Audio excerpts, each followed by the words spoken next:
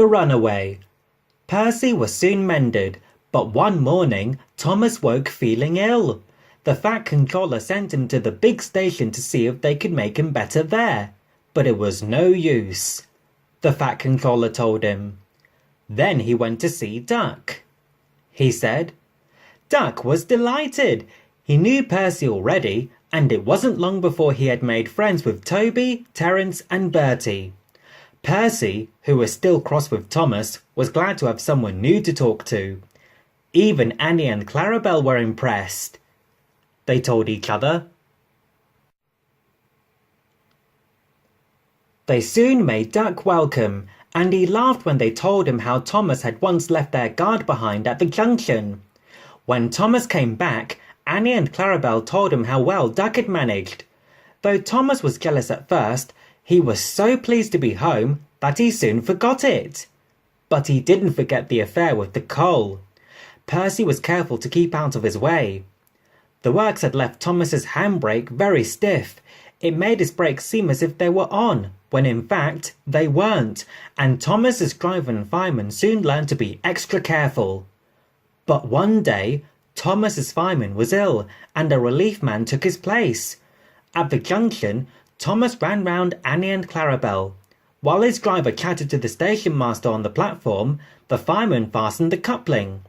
The driver had told him about Thomas's brake, but unluckily, he had forgotten. When he had finished with the coupling, he joined the driver and the station master on the platform. Thomas simmered happily. In the distance, Henry appeared, thought Thomas. At that moment, Thomas felt his wheels begin to move. He tried to stop, but he couldn't without his driver and fireman. He tried to whistle a warning, but he couldn't do that either. The guard shouted from the platform, but that did no good. The guard, driver and the fireman were all stranded, and the passengers were left on the platform staring. Thomas, Annie and Clarabelle gathered speed out of the station. The empty coaches shrieked as they rounded the curve, but Thomas, with plenty of steam, kept on going. The signalman at the junction soon realised what had happened and sent a message along the line.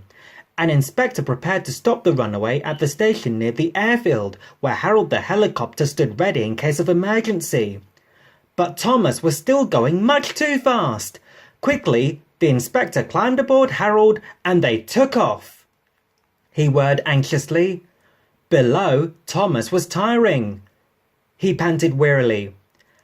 Annie and Clarabelle held back as they went uphill. As they neared the station, Thomas saw Harold land and the inspector run towards the platform where he stood waiting. This time, Thomas entered the station slowly enough for the inspector to act. Running beside the train, he judged his moment, jumped and scrambled into Thomas's cab. Then he put the brake hard on. With a sigh of relief, Thomas stopped. The inspector mopped his brow. He remarked. Wearily, Thomas agreed with him.